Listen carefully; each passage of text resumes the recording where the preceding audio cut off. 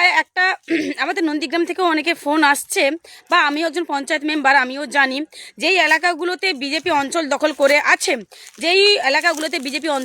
করে আছে, তো সেখানকার কেউ যদি তৃণমূল কংগ্রেস করে বা সেই পরিবার যদি তৃণমূলের কোনো মিটিং মিছিলে যায়, তার উপরে রাত্রিবেলা তার বাড়ি ঘরদর ভাঙচুর করা হচ্ছে। কারা করছে? বিজেপির গুন্ডা বাহিনীরা অকথ্য ভাষায় নোংরা গালিগালাজ করছে।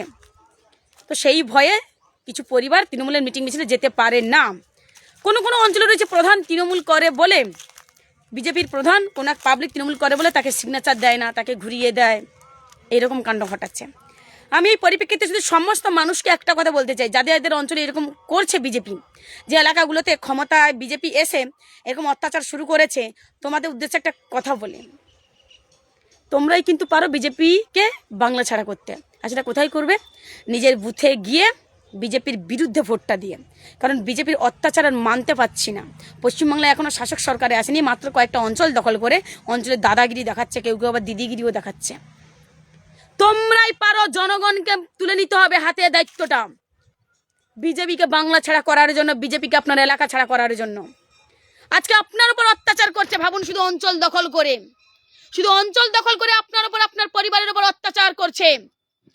কালকে যদি ওরা পশ্চিমবাংলায় ক্ষমতায় আসে কি করবে?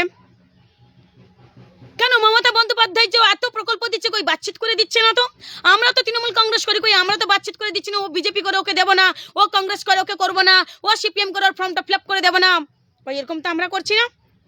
শুনে রাখো বাংলার মা কাকিমা, যদি তোমাদের সব থেকে বেশি সুযোগ সুবিধাটা কেউ করে দেয়, সেটা তৃণমূল কংগ্রেস করে দিয়েছে।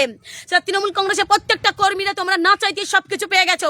তাহলে সবকিছু যখন পাচ্ছ, তাহলে তোমাদের উচিত গলার আওয়াজ বার করানো। আজকে অষ্টমীকে যদি পারে, তোমরা কেন পারবে না? তোমাদেরকেও মাঠে নামতে হবে, তোমাদেরকেও বিজেপির বিরুদ্ধে কথা বলতে হবে। মাঠে নামো, বিজেপির বিরুদ্ধে আওয়াজ তোলো।